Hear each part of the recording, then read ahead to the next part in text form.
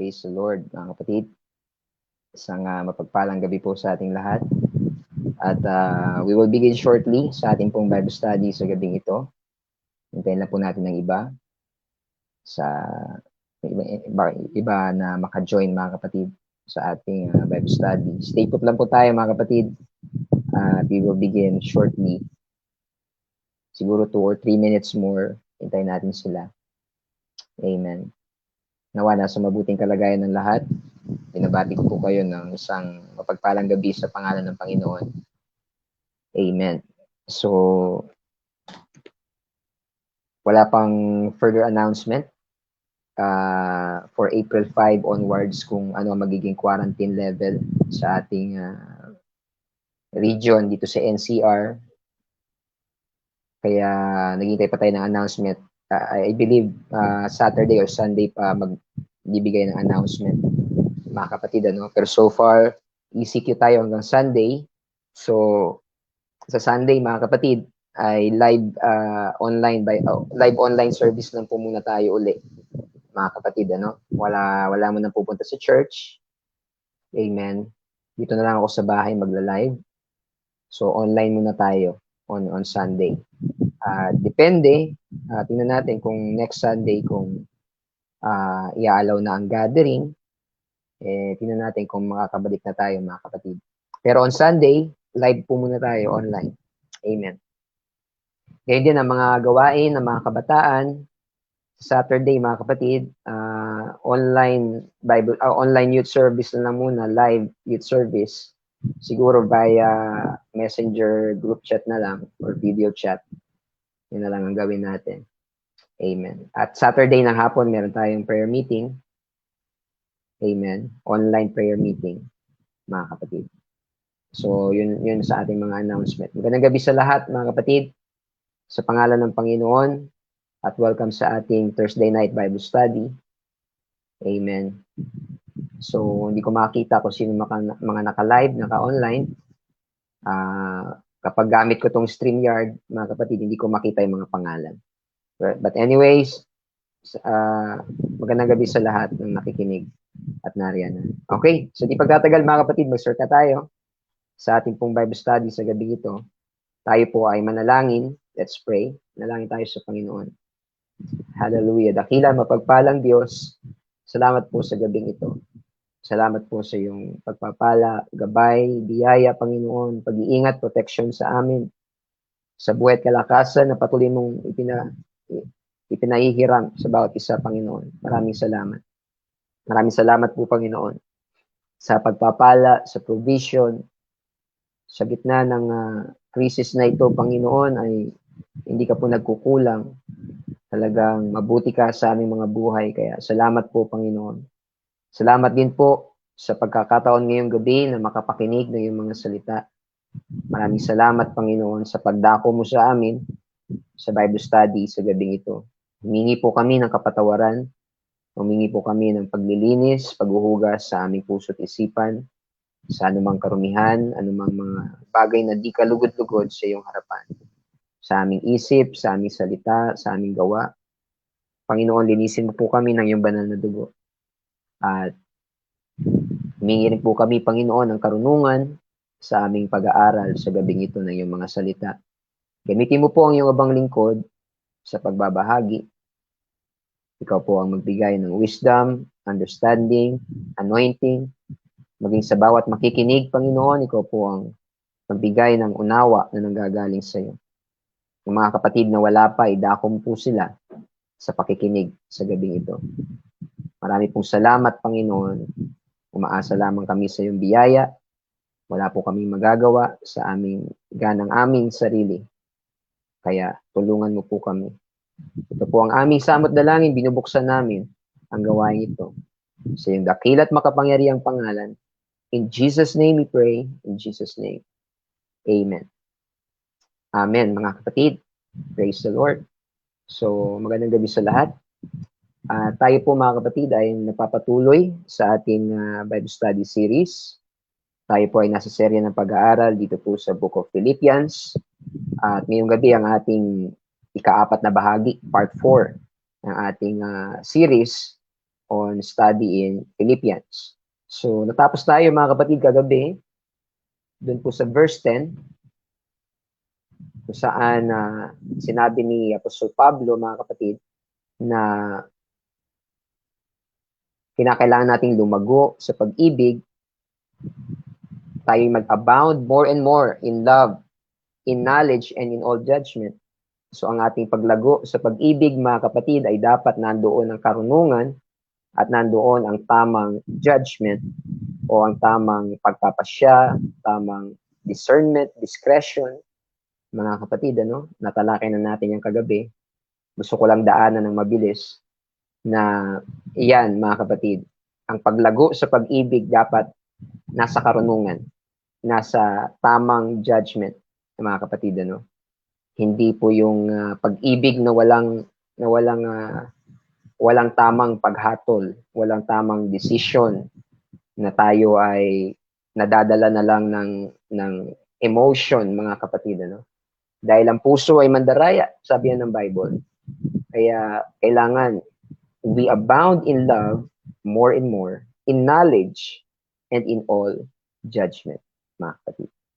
Dapat nasa tama pa din, nasa hulog, nasa lugar, mga kapatid, at nasa tamang disposition at sa kalooban ng Panginoon.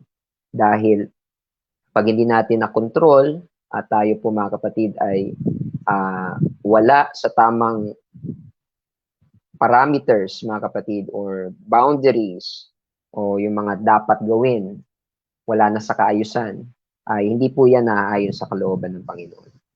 So we abound in love more and more, in knowledge, and in all judgment. Bakit daw, mga kapatid, sa verse 10, so that we may approve the things that are excellent, upang ating mapatunayan ang mga bagay na magagaling, mahuhusay, mga kapatid. Kaya kinakailangan nating lumago sa pag-ibig, sa knowledge and judgment, ay upang makilala natin ang mga bagay na magagaling, upang kayo'y maging mga tapat at walang kapintasan hanggang sa kaarawan ni Kristo. Yan po ang sabi sa verse 10. That we may approve the things that are excellent. Gusto natin sa paglilingkod sa Panginoon nasa tama, maayos, maganda, excellent, mga kapatid. Gusto natin sa paglilingkod sa Panginoon maging sincere tayo, maging tapat tayo, at walang offense, mga kapatid, walang kapintasan hanggang sa kaarawan ng Panginoong Jesucristo. So as we grow in love, in knowledge, and in judgment, we approve the things that are excellent. And we become sincere and without offense till the day of Christ. Now, in verse 11, tutuloy na natin, mga kapatid, yung ating pag-aaral. Verse 11, being filled with the fruits of righteousness, which are by Jesus Christ, unto the glory and praise of God. So magkakarugtong po yan, mga kapatid, If we grow, if we abound in love, pag lumalago tayo sa pag-ibig, in knowledge and in all judgment, ang nangyayari, we approve the things that are excellent. Hindi yung pag-ibig na kahit mali na yung ginagawa. Hindi. We approve the things that are excellent. Nagiging tama, nagiging maayos. Kaya nga sabi nila, mga kapatid, dapat yung mga taong, halimbawa, sa mga kabataan, ang pipiliin nyo na makasama sa habang buhay, kung yung mga nasa edad na mag-asawa, dapat yung ilalapit ka sa Panginoon. Hindi yung ilalayo ka sa paglilingkod sa Panginoon. Hindi yung maglalayo sa'yo sa kalooban ng Panginoon. Dapat yung maglalapit sa'yo lalo. Dapat yung relasyon nyo ay maging maayos na malalapit kayo sa Panginoon. Hindi yung palayo kayo ng palayo. Hindi yung ina-approve lahat kahit mali. Dapat yung kapag ka nalilihis ka, sasawayin ka ng tao na yun. Ganun dapat. We approve the things that are excellent. Hindi kahit mali na, suportado pa rin kahit mali. Diba? Hindi na po excellent yun. So, kapag tayo lumalago sa pag-ibig, in judgment, in knowledge, we approve the things that are excellent. At ano pang sabi doon? Tayo po ay nagiging sincere and without offense until the day of the Lord. At ano pang nangyayari? We become filled with the fruits of righteousness. Napupuno tayo, mga kapatid, mapupuspos tayo ng bunga ng katwiran, o sabi dito sa Tagalog Bible, bunga ng kabanalan. So, nandun po yun. Resulta po yun, mga kapatid, ng ating paglago sa pag-ibig, sa karunungan, sa kaalaman, at sa judgment, mga kapatid. Amen. Tayo po ay mapupuspos, amen, ng mga bunga ng kabanalan o ng katwiran, na ito'y sa pamamagitan ni Hesukristo. Ang bunga ng katwiran, mga kapatid, yung katwiran natin, kabanalan natin, it's not of our own. Hindi natin kayang maging banal sa pamamagitan ng ating sarili. Hindi natin kaya, mga kapatid, na maging matuwid sa pamamagitan ng ating sarili. They are by Jesus Christ. The fruits of righteousness and holiness, they are by Jesus Christ. Ito po ay sa pamamagitan ng ating Panginoong Jesucristo. Sa ating sarili, we are powerless. Wala tayong kapangyarihan sa ating sarili na maging matuwid. Wala tayong kapangyarihan sa ating sarili na maging banal. Ito po, mga kapatid, ay sa pamamagitan lang ng Panginoong Yesus. Siya po ang nagbibigay sa atin ng kapangyarihan na lumakad sa kabanalan. We are being partakers of His holiness, sabi ng Hebrews chapter 12. Kapag tayo ay sinasaway ng Panginoon, ginagawa ito ng Panginoon so that we become partakers of His holiness. Kaya do not despise the chastening of the Lord, sabi sa Hebrews 12. Huwag nating iwalang bahala ang pagdidisiplina ng Panginoon dahil ginagawa niya ito, tinutuwid tayo ng Panginoon. Tayo ay inaayos ng Panginoon, mga kapatid, para po tayo ay maging partakers of His holiness. Yan po sabi sa Hebrews 12, ano? Walang disiplina at the moment na joyful. It is grievous kapag ang Panginoon tinutuwid tayo, inaayos tayo. Ito po ay may kasamang sakit, may kasamang, di ba? Kapag dinidisiplina tayo, kinokorek tayo, talagang nasasaktan tayo kahit paano. Pero sabi doon, it will bring forth fruits of righteousness and therefore peace. Magbubunga ito ng katwiran at ng kapayapaan, mga kapatid. So yan siya sabi dyan.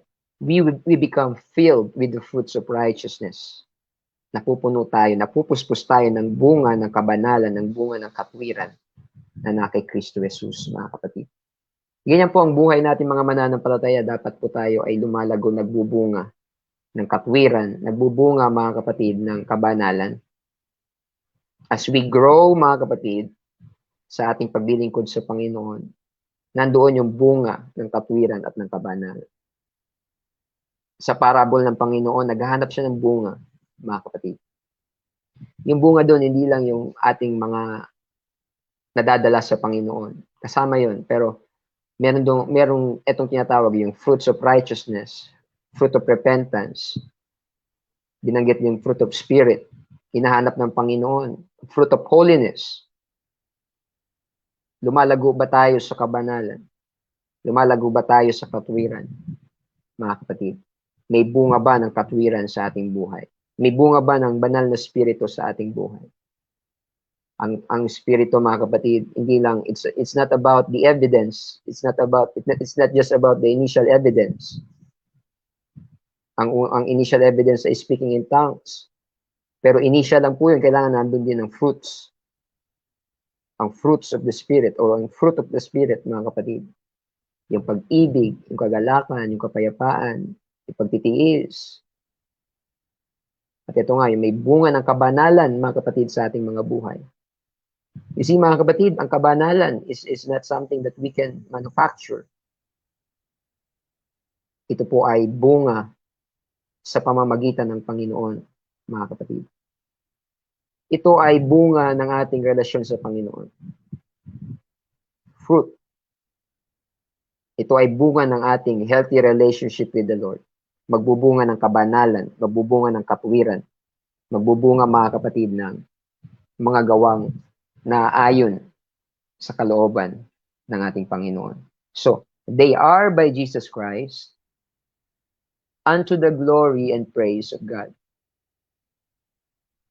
Ito po ay para sa kaluwalhatian at kapurihan ng ating Diyos. Ito yung sinabi ni David sa Psalms 23 na, He leadeth me in the path of righteousness for His name's sake.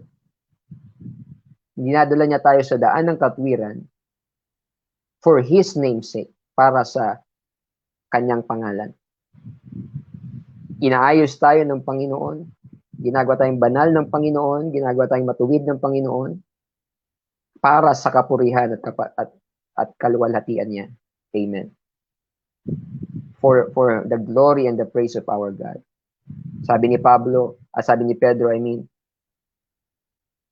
ye are the chosen generation. Ye are peculiar people, royal priesthood, that we should show forth the praises of Him who called us out of darkness into His marvelous light. Tayo po, mga kapatid, ay piniling bayan. Tayo ay peculiar people. Tayo ay makaharing saserdote. Para saan? For what purpose? So that we can show forth the praises of Him, upang maipahayag natin ang kapurihan ni Yaong tumawag sa atin mula sa kadiliman patungo sa Kanyang kagilagilalas na liwanag. So lahat po yan para sa kapurihan ng Panginoon. Yung ating mabubuting gawa, yung ating mga ginagawa, mga kapatid, ito po ay para sa kapurihan din ng Panginoon. Hindi para sa atin. Let your light so shine before men, that they may see your good works, and they may glorify your Father, which is in heaven. Pagliwanagin mo raw ang iyong ilaw, upang makita ng mga tao ang iyong mabubuting gawa. Para ano? Para purihin ka nila? Hindi. Kundi para maluwalhati nila ang inyong Ama na nasa langit. Yan po ang purpose, mga kapatid. To the glory and the praise of God. Kaya, mga kapatid, magpakatuwid tayo, magpakabanal tayo, para po sa kapurihan ng Panginoon. Mag-ayos tayo ng buhay, hindi para tayo ay ma-recognize in the community as somebody who is holy, somebody who is kung ano pa man ang masasabi, mga kapatid, kundi gawin natin to para sa kapurihan at kaluwalhatian ng ating Diyos na nagligtas sa atin. So yan nasabi ng verse 11, mga kapatid. Then in verse 12, but I would ye should understand, brethren, that the things which happened unto me have fallen out rather into the furtherance of the gospel. Ngayon, ibig ko na inyong maalaman, mga kapatid, na ang mga bagay na nangyari sa akin ay nangyari sa lalong ikasusulong ng Ebanghelyo. Ano bang nangyari kay Pablo, mga kapatid? Nakulong siya. Nakulong siya sa Roma. Kaya sabi niya dito sa mga taga-Pilipos, gusto kong maunawaan ninyo, mga kapatid na taga-Pilipos, na ang mga bagay na nangyari sa akin, ito ay nangyari sa akin for the furtherance of the gospel, sa lalong ikasusulong ng Ebanghelyo. Kumbaga, pinapaunawa sa kanila ni Pablo, mga kapatid, kung nakulong man ako dahil sa pangangaral, nangyari ito hindi dahil pinabayaan ako ng Panginoon, hindi dahil pinarusahan ako ng Panginoon. Nangyari ito para sa lalong ikasusulong ng Ebanghelyo, for the furtherance of the gospel, mga kapatid. At I believe, mga kapatid, yung mga ibang pangyayari rin sa buhay natin ngayon, itong mga crisis, itong mga lockdown, if we will just see this in a different perspective, kung titingnan lang natin ito sa ibang anggulo, sa ibang pananaw, maaaring ito ay nangyayari, nagaganap, para rin sa lalong ikakasulong ng Ebanghelyo. Kailangan magkaroon tayo ng ganung perspective, mga kapatid. Kailangan magkaroon tayo ng ganung pananaw. Bakit ba ito nangyayari? Ba't ba ito nangyayari? And the truth is, sa panahon ngayon, sa oras na ito, mga kapatid, hindi natin maunawaan ito in its complete, in its entirety, mga kapatid. Very, very high, mga kapatid, ang karunungan ng Panginoon. His ways are not our ways. His thoughts are not our thoughts. As high as the heaven is from the earth, that is how far greater His ways and His thoughts than ours. Ang kanyang paraan, ang kanyang kaisipan na hindi natin paraan at kaisipan. Kung gaano kataas ang langit sa lupa, ganun kalayo ang agwat ng kaisipan ng Diyos sa atin, mga kapatid. So, we may not fully understand, mga kapatid, but kung itingnan natin ang isang perspective, ang isang banda, o pwedeng ito ay nangyayari para sa ikasusulong ng Ebanghelyo. May ganung perspective si Apostol Pablo, mga kapatid. May ganun siyang perspective. Kung ikaw nakakulong ka dahil sa pangangaral, pag-share ng Word of God, ano magiging perspective mo? Malamang mawala na ng pag-asa, diba? Kung tayo yan, baka manghina na tayo, ma-discourage, mga kapatid, mawala na pag-asa sa buhay, maghinanakit, magtampo sa Diyos, and all that, mga kapatid, ano? Pero iba si Pablo, mga kapatid, ano? Ang perspective niya, this is for the furtherance of the gospel. Para to sa ikasusulong ng Ebanghelyo. This is just a stepping point or stepping stone. Kumbaga, yun ang kaisipan ni Pablo, mga kapatid, ano? Sa gitna ng mga nangyayari, he sees opportunity for the gospel, mga kapatid. Kahit yung mga setbacks, lahat, mga kapatid, nakikita niya bilang opportunity, stepping stone, para lalong maisulong ang Ebanghelyo. Ito yung sinasabing single-mindedness, ano? Focus, single-minded, mga kapatid. Kaya, alam niyo, mga kapatid, yung perspective natin, kung saan tayo nakafocus, let me tell you, everything around us,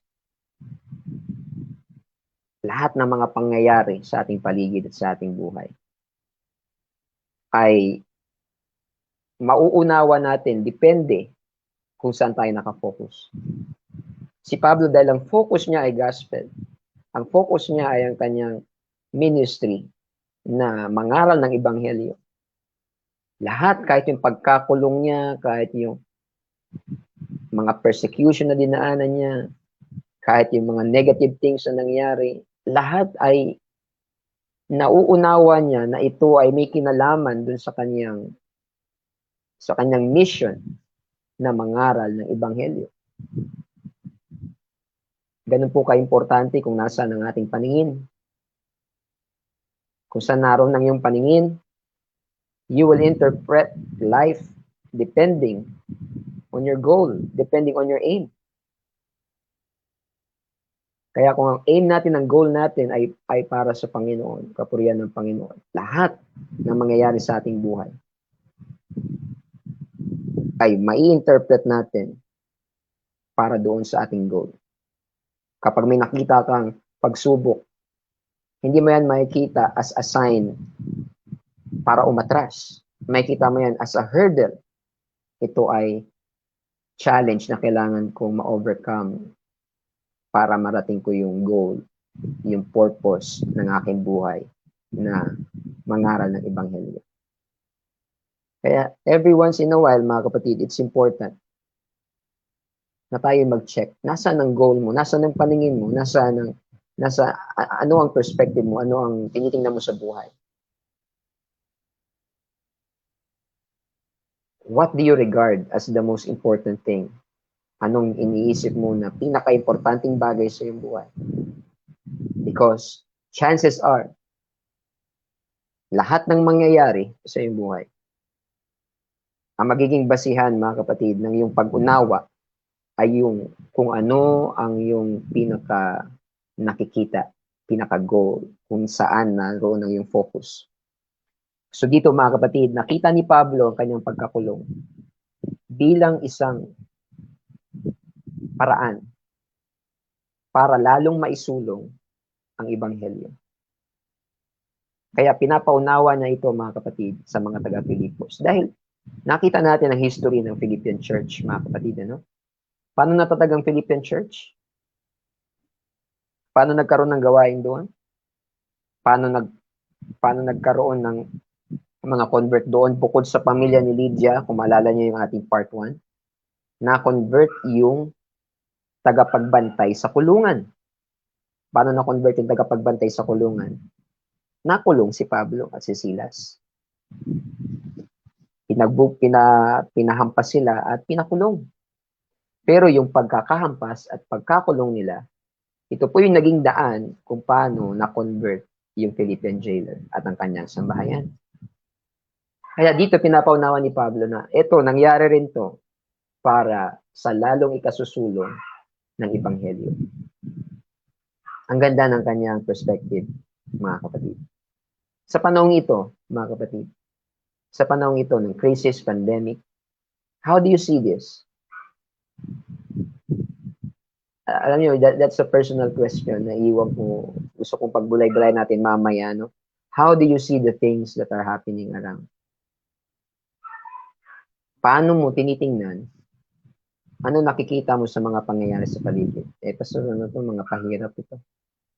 Ito yung, ano ang perspective mo sa mga nangyayari sa ating paligid?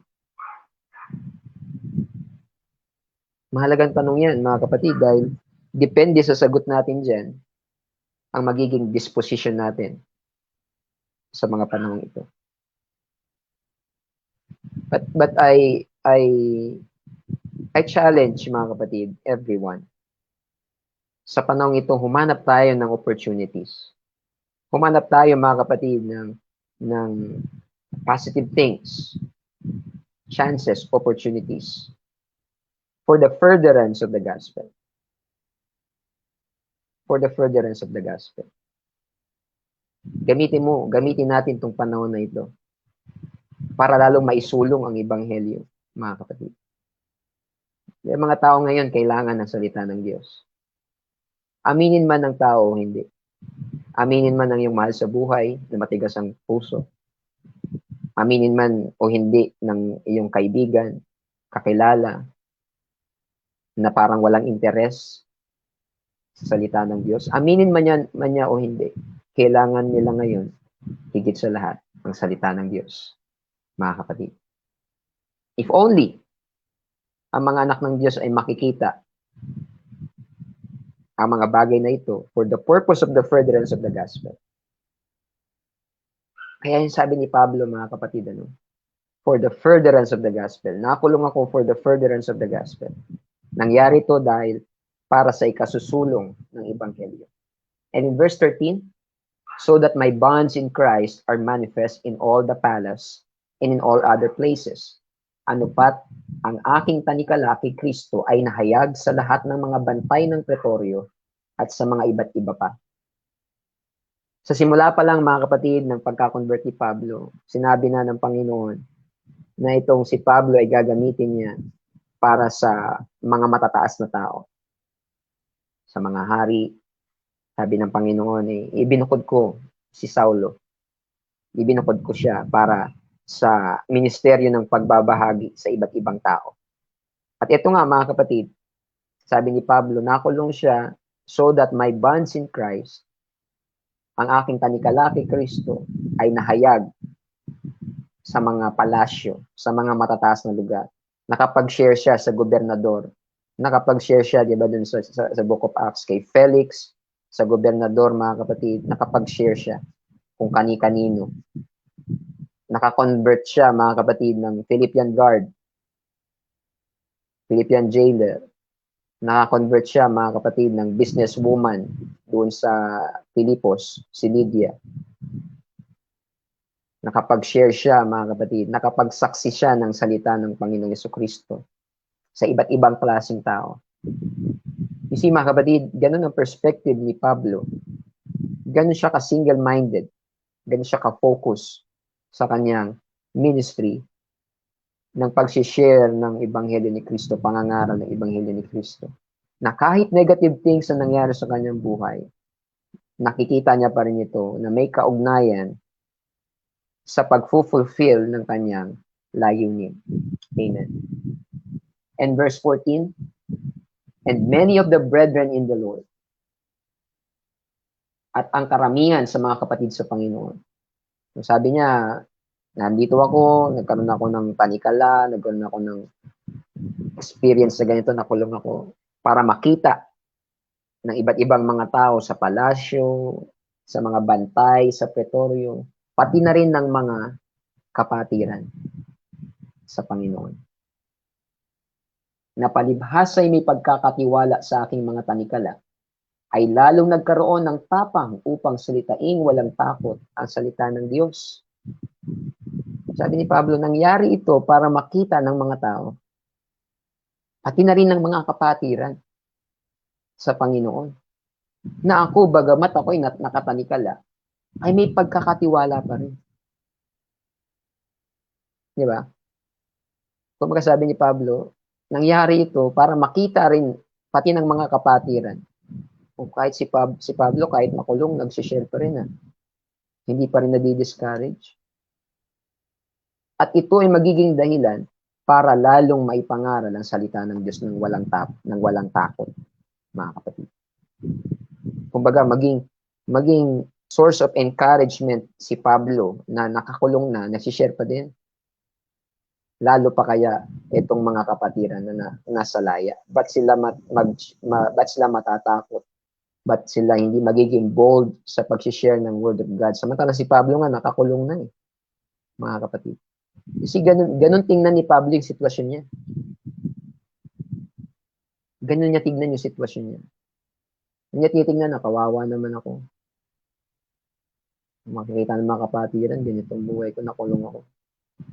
Hindi, sabi niya, lalo akong magiging confident sa pangangaral, magiging bold, para lalo ring makita ng mga kapatiran, para lalong maipangaral ang salita ng Diyos nang walang takot. Kaya mga kapatid, kagaya ng nabanggit natin nakarang Sunday,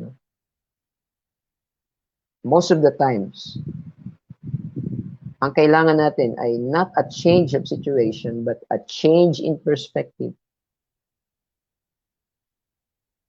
Madalas, ang kailangan natin, baguhin lang yung perspective natin, yung pananaw natin. Ito sa panahon na ito, mga kapatid, yun ang pananaw ni Pablo, ganun niya nakikita yung kalagayan niya. May ganun siyang perspective, mga kapatid. Anong kalagayan natin, mga kapatid? Anong kalagayan mo sa oras na ito? Sa kalagayan ka ba ng kahirapan, pagsubok, discouragement? How about you change your perspective? Bakit? Pero pag lumayo ka, tingnan mo sa malayo. Nakikita mo lahat ng anggulo. Mga kapatid, Kaya anumang kalagayan mo ngayon, let me tell you, tingnan mo sa ibang pananaw. Ang pinakamalaking factor na pwedeng magpahirap at magpagaang ng kalagayan natin ay yung ating perspective. Kung mahirap na yung kalagayan natin, perspective mo pa, negative. Yun ang lalo nagpapahirap ng kalagayan mo. Pero kung mahirap man ang kalagayan, yung perspective mo nasa tama, nasa maayos, nasa positive, mas mapapagaang nun ang iyong kalagayan, mga kapatid. Malaking factor yun, mga kapatid, Minsan tayo rin nagpapahirap o nagpapagaang sa ating kalagayan dahil sa ating mga pananaw, mga kapatid. Kaya alam nyo dito sa Philippians, marami natin mababasa, sabi ni Pablo, rejoice evermore. Rejoice evermore. Mga galak tayo habang nakakulong siya, mga kapatid. You see? It's not about your situation. It's about your perspective.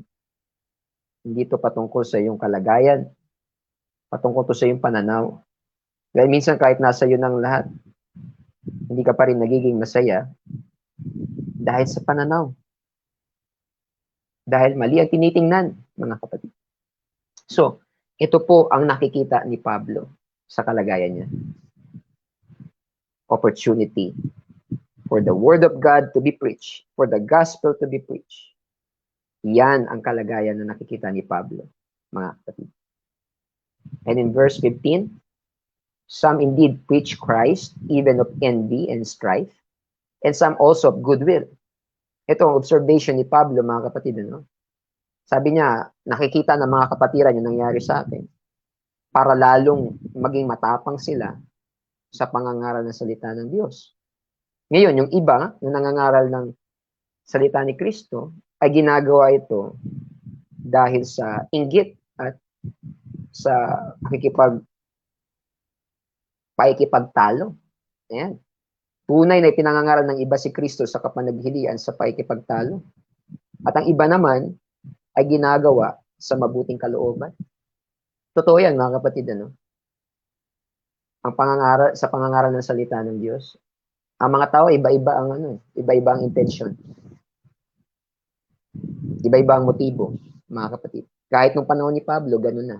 Kahit sa panahon natin, ganun pa din. Ang observation ni Pablo, ang iba, ipinapangaral si Kristo dahil sa kapanaghilian, envy. Ano yung mga kapatid, meron akong, hindi ko na lang banggitin yung pangalan. May nag-add sa akin sa Facebook kanina. O kahapon pa yata yun. Nakita ko maraming mutual friends. So, in-add ko. Parang nagsishare siya ng word of God, mga kapatid.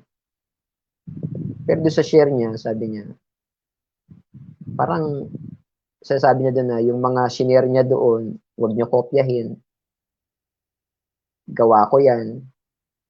Yung iba sa inyo, nangungopya ng mga post ko. Hindi naman nilalagay yung pangalan ko na ako nangaral yan, sa akin galing yan. Parang nag-i-imitate kayo. Parang gano'n. Inaangkin niya yung mga ibang, sabi niya may mga ibang, sabi niya doon, may mga ibang admin ng Facebook groups na kinokopya daw yung kanyang mga preaching, kinokopya yung kanyang mga turo, at hindi man lang siya kinokot, inaangkin ng iba.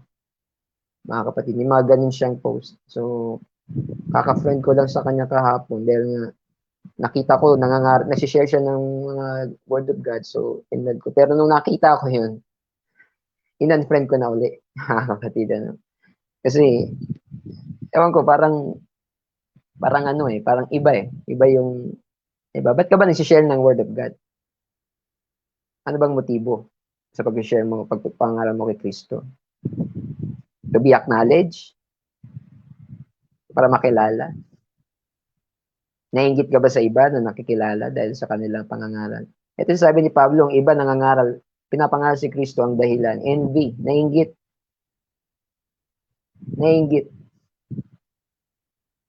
Kaya mga kapatid, although yung motibo, hindi na natin malalaman yan talaga eh. Sa pagitan niya nung tao at ng Diyos, mga kapatid. So we are not here to judge motives, mga kapatid. Pero sa katotohanan yan, mga kapatid, sinasabi ni Pablo, may ibang nangangaral dahil sa kapanaghilian. Tandaan natin mga kapatid, kung sino man mga kapatid, halimbawa tinatawag sa ministeryo, sa pangangaral, huwag natin itong gawin dahil nainggit tayo. Huwag natin itong gawin dahil sa envy and strife, pakikipagtalo, pakikipagpagalingan. Huwag mga kapatid. Alam nyo kasi, someday, sabi nga ng 1 Corinthians chapter 4, our works, or chapter 3, ang ating mga gawa ay dadaan sa apoy. Idadaan sa apoy, mga kapatid. Titingnan kung ito ay yari sa gold, silver, precious stones, o ito ay yari sa dayami, sa damo, dadaan sa apoy. At kapag dumaan sa apoy, masusubok kung saan yari ang ating mga ginawa. Matutupok pag ito ay yari sa dayami. Ang ibig sabihin doon mga kapatid, yung ating mga ginawa, someday makikita, itetest yan. maahayag ang ating motives, ang ating intention sa ating mga ginagawa. At kung yan, mga kapatid, ay ginawa natin hindi para sa Panginoon, mahahayag yan. It will be tested by fire. And you will suffer loss, sabi doon. So, observation ni Pablo, may ibang nangangaral because of envy, because of strife. Parang sa Judges chapter 17, meron dong Levita na naglalakbay. Ayaw niya mag-serve sa tabernakulo dahil gusto niya ng posisyon. Sa tabernakulo kasi, yung mga Levita, tagalinis ng altar, tagapalit ng langis. Umalis siya doon, naglakbay siya hanggang napunta siya sa isang lugar, mga kapatid, at inoferan siya na maging high priest doon. Biruin mo sa tabernakulo, worker ka lang, tagalinis ka lang. Tapos dito sa bahay ni Micah, sa Judges chapter 17, si Micah gumawa ng sarili niyang dambana, may mga Diyos-Diyosan, tas napunta doon yung Levita, inoperan siya. Dito ka na lang sa akin, high priest, gagawin kitang high priest. Bibigyan kita dito ka na tumira, bigyan kita ng pagkain, meron ka pang sahod na 10 shekels a year. Pumayag yung Levita, kahit alam niyang mali. May Diyos-Diyosan dun. May mga Diyos-Diyosan. Pero pumayag siya. Bakit? May sahod, free lodging, may food allowance, tapos high priest ka pa. Saan ka pa? Nag-agree siya, mga kapatid, sa terms ni Micah, kahit mali. Bakit? Dahil sa posisyon at dahil sa pakinabang. Ito yung sabi ni Pablo na kay Timoteo, na may ilan na inaakala that godliness na ginagawang pakinabang, mga kapatid, ang ginagawang pakinabang, mga kapatid, ang ebanghelyo. So, yan ang observation ni Pablo. At ang iba naman nangangaral dahil sa mabuting kalooban, dahil talagang tinawag, dahil talagang gustong maglingkod sa Panginoon. Pero sabi niya sa verse 16, the one preached Christ of contention, not sincerely, supposing to add affliction to my bonds. Ang isa'y gumagawa, tunay na ipinangangaral ng iba sa kapanagilian. Ang isa'y gumagawa nito sa pag-ibig, palibhas ay nalalaman na ako'y nalalagay sa pagsasanggalang ng ebanghelyo. Di tayo sa English. Iba yung translation niya sa Tagalog.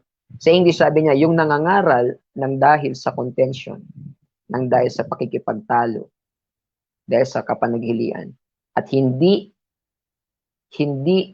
sincerely nakakapagpadagdag pa ito sa affliction, sa kahirapan ng aking tanikala. Yan ang sabi ni Pablo sa verse 16. Kumbaga, nasasaktan din siya doon sa mga nangangaral dahil sa kapanaghilian. Sabi sa isang translation, sa verse 16,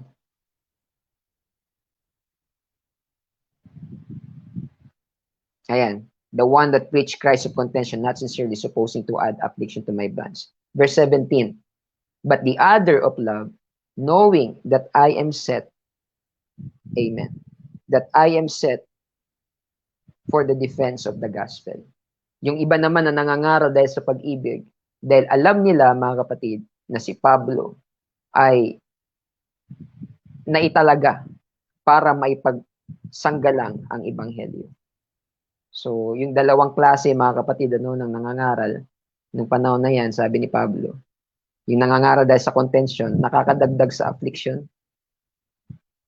Pero yung nangangaral dahil sa pag-ibig, ginagawa nila yon dahil alam nila na narito ako dahil sa defense of the gospel. So, kumbaga, may consolation siya nakukuha dun sa mga nangangaral dahil sa pag-ibig. Nagagalak siya. Pero yung sa mga nangangaral ng dahil sa contention, dagdag affliction pa, sabi niya, sa kanyang pagkakakulong yung nangyayari. Pero, ang sabi niya sa verse 18, gayunpaman, ang ganda pa rin ng perspective ni Pablo. What then? Notwithstanding, every way, whether in pretense or in truth, Christ is preached, and I therein do rejoice, yea, and will rejoice. Sabi niya sa verse 18 sa Tagalog, ano nga, gayon man sa lahat ng paraan, maging sa pagdadahilan o sa katotohanan, ay tinatanyag si Kristo, at sa ganito'y nagagalak ako. Oo, at ako'y magagalak. Sabi ni Pablo, okay lang. Okay na yun. Kahit may pangaral sa pagkukunwari o sa katotohanan, ang mahalaga na ipapangaral si Kristo. Dahil dyan, nagagalak na rin ako. At magagalak na rin ako. Kahit may affliction dahil yung iba nangangaral dahil sa kapanaghilian, sabi niya, sa isang banda okay na din, at least napapangaral si Kristo. Kaya masaya na rin siya, mga kapatid. Sa ganun na lang tiningnan ni Pablo, no? Dahil kagaya na sinabi natin, mga kapatid, yung motibo at intention ng tao is very hard to judge. Very hard to judge, mga kapatid. Tandaan natin, pagdating sa motibo, sa intention, be careful in judging someone's motive. Be careful. Dahil ang katotohanan, hindi natin alam ang motibo ng isang tao. Lalo kung gumagawa ng mabuti. Ito mga kapatid, itong ginawa kong rule of the thumb. Itong ginagawa kong rule sa akin sarili. Pag isang tao gumagawa ng mabuti, hindi ko na kine-question ng motibo. Mahirap mag-question ng motibo sa isang taong gumagawa ng mabuti. Mahirap. Huwag mo na questionin. Dahil kung nagkamali ka ng pagko-question sa motibo ng tao na yun na gumagawa ng mabuti, lagot ka sa Panginoon. Biri mo, mabuti na ginagawa niya, kine-question mo pa yung motibo. Kaya isang tao gumagawa ng mabuti, huwag nga nating i-judge ang kanyang motibo. Huwag mo nang questionin ang kanyang intention. Because yung intention, yung motibo niya, it is between him and God. Kung mali man ang motibo niya, mali man ang intention niya, siya ang mananagot sa Panginoon. Kaya, mahirap mag-judge ng motibo. Parang ito yung sasabi ni Pablo dito. Sinabi niya rin sa 1 Corinthians chapter 4 yan. Na who are you to judge somebody's servant? Sino tayo para hatulan ang lingkod ng iba? Kumbaga, yung taong yun, lingkod siya ng Panginoon, mananagot siya sa Panginoon. Mga kapatid, So, yan ang sinasabi dito ni Pablo at gawin nating rule of the thumb yan. Pagdating sa motibo, sa intensyon, maging mahigpit tayo sa ating sarili.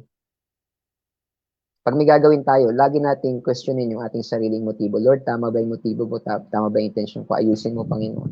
Maging mahigpit ka sa sarili mong motibo, sa sarili mong intensyon, na magpasuri ka lagi sa Panginoon. Pero pagdating sa motibo ng iba, intensyon ng iba, give them the benefit of the doubt. Bigyan mo sila, isipin mo na wag mo nang questionin yung kanilang motibo o intensyon. Dahil baka magkamali ka pa.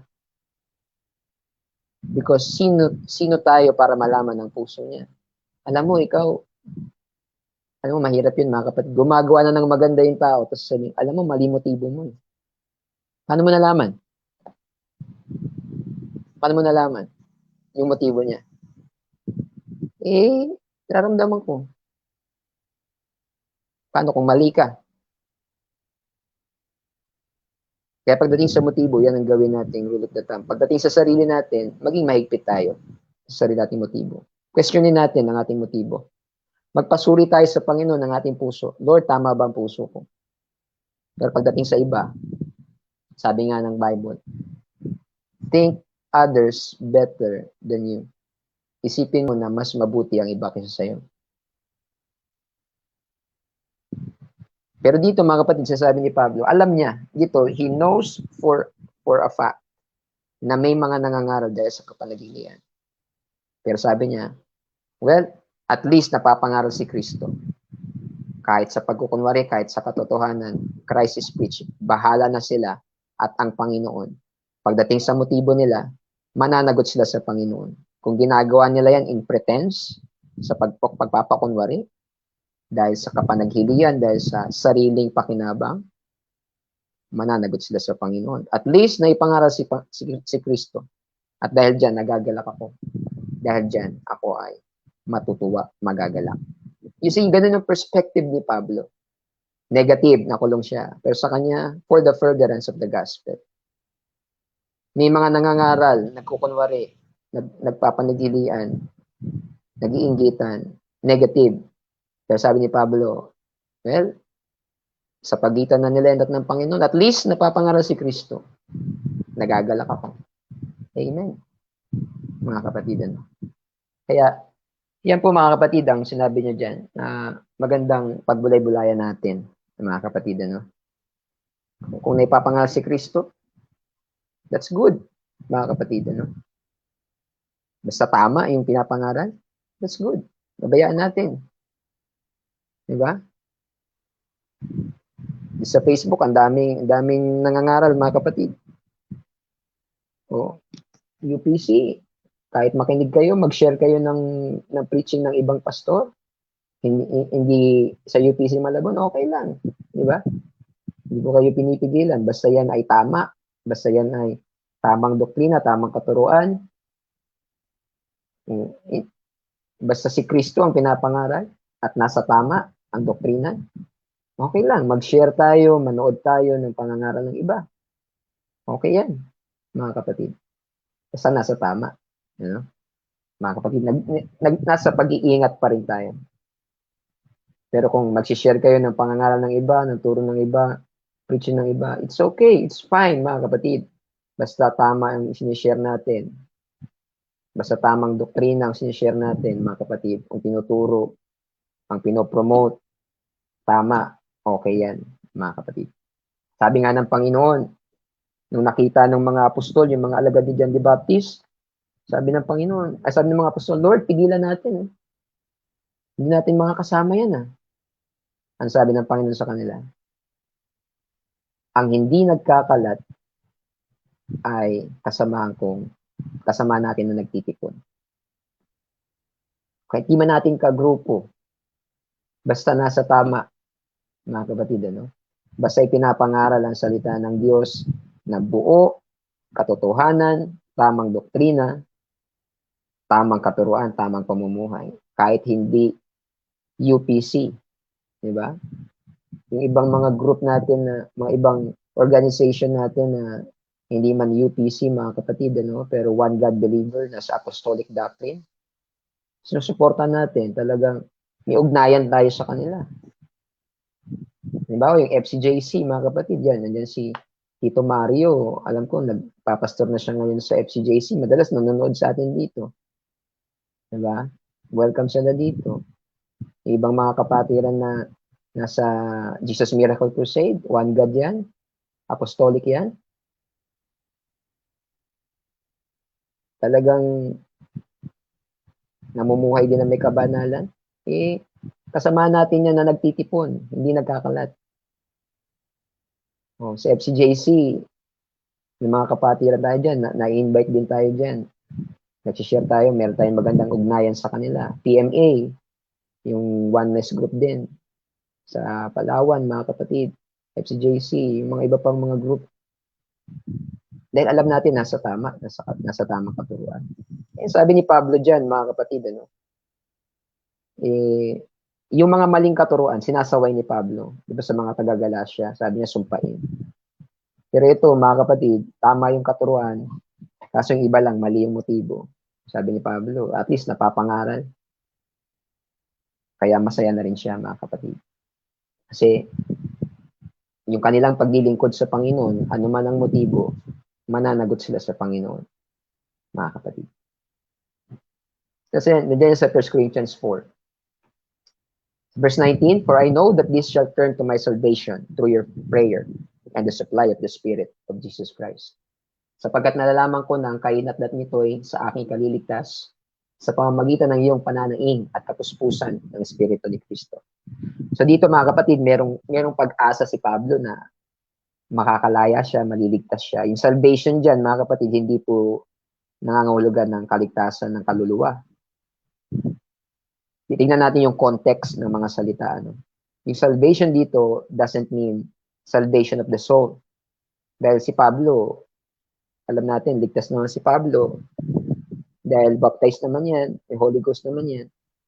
Ang tinutukoy niya dyan, na ang mga bagay na ito ay magdudulot, mga kapatid, ng kanyang kaligtasan sa pamamagitan ng prayer ng mga kapatiran at ng Espiritu Santo. Ang tinutukoy niya salvation dyan, yung salvation, yung deliverance sa kasalukuyang kalagayan niya na nakakulong. Sa panahon ito, mga kapatid, umaasa si Pablo na makakalaya pa siya.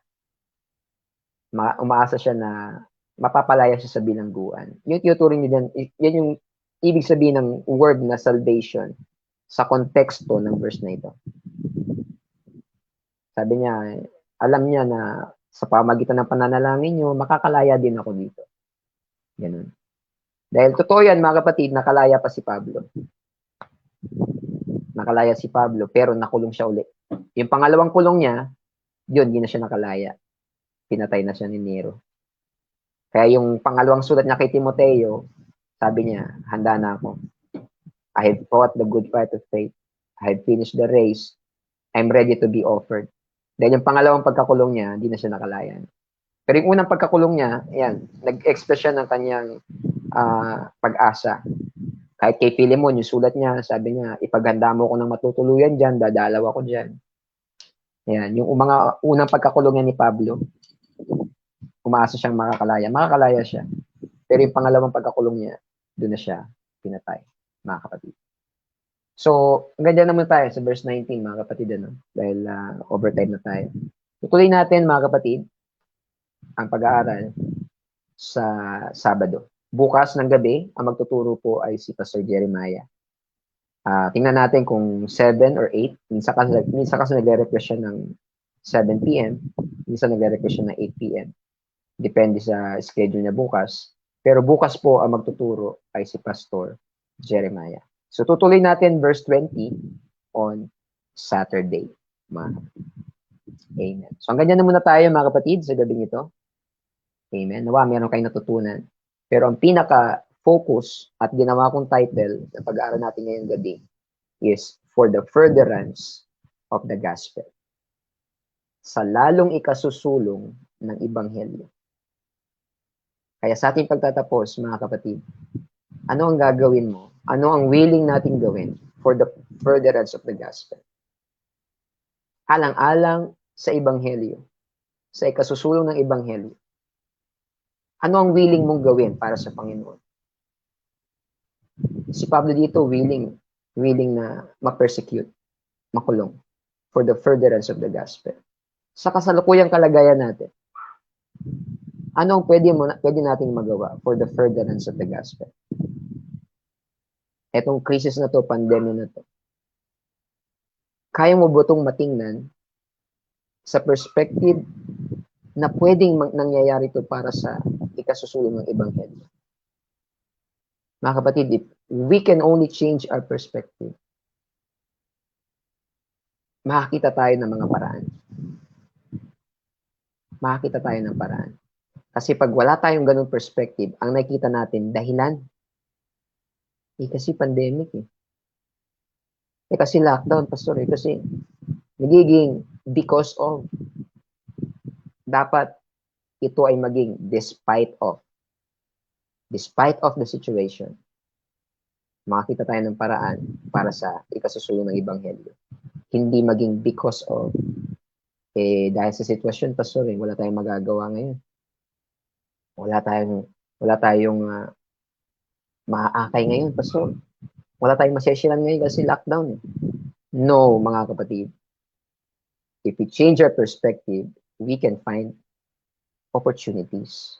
And God will give us open doors If only we're willing to look, mga kapatid, and to obey. Kaya mga kapatid, I pray na ang Panginoon, bigyan tayo ng tamang perspective at bigyan tayo mga kapatid ng mga chances, opportunities for the furtherance of the gospel sa ikasusulong ng Ebanghelyo para sa kapurihan at kaluwalhatian ng ating Diyos. Magawa natin mga kapatid. Kahit sa gitna ng krisis. Amen. Amen. Let us pray sa ating pagtatapos mga kapatid. Nawa, may natutunan tayo sa ating Bible study tonight. Manalangin tayo. Dakila, mapagpalang Diyos. Alam namin na ang iyong pagkilos ay hindi po nahadlangan ng pandemya, ng krisis, ng lockdown. Alam namin, Panginoon, ang Ebanghelyo, kagaya na sinabi sa iyong salita, the gospel, the word of God is not bound. Amen. Hindi po matatalikalaan. Hindi po kayang ma-lockdown ang iyong mga salita. Hindi po kayang ma-lockdown ang iyong Espiritu Santo. Panginoon, we pray na bigyan mo kami ng tamang perspective. Makita namin, Panginoon, sa kabila ng mga pangyayaring ito, merong mga malaking opportunities na ang Ebanghelyo ay lalong maisulong kung kami ay willing magpagamit. Oh, hallelujah. Panginoon, bigyan mo po kami ng ganitong damdamin. Magkaroon kami ng ganitong kaisipan, ganitong goal sa buhay na ito. Dahil ito lang po ang tanging bagay na magkakaroon ng saysay sa katapusan ng buhay, Panginoon. Baliwala ang lahat. Baliwala ang pera, baliwala ang magandang bahay, kotse, magandang gamit. Sa katapusan ng buhay, it all will come, it all will go, Panginoon, to perish. Lahat ng ito ay masisira, mabubulok. Tanging ang mga gawa na ginawa para sa Panginoon, yun lamang magkakaroon ng saysay. Yun ang pag-iipon ng kayamanan sa langit. Kaya Lord, bigyan mo kami ng ganitong kaisipan, kagaya ng kaisipan ni Pablo, for the furtherance of the gospel. Maraming salamat, Panginoon, sa iyong kabutihan. Maraming salamat sa iyong salita. Nilain ko po ang pag-iingat, pagpapala at gabay. Igawad mo po sa mga kapatiran ng UPC Malabon. Ganyan po mga kapatiran ng UPC Tondo at iba pang mga churches. Mga kapatiran abroad, mga mahal sa buhay, kaibigan na nakikinig.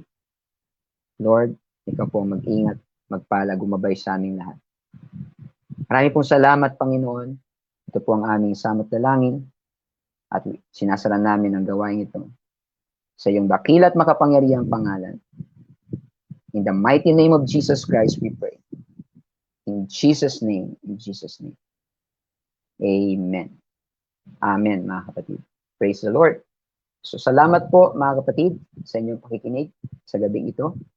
At kagaya ng nabanggit ko, hindi ko makikita ang inyong mga pangalan. Hindi ko kayo mababati sa isa.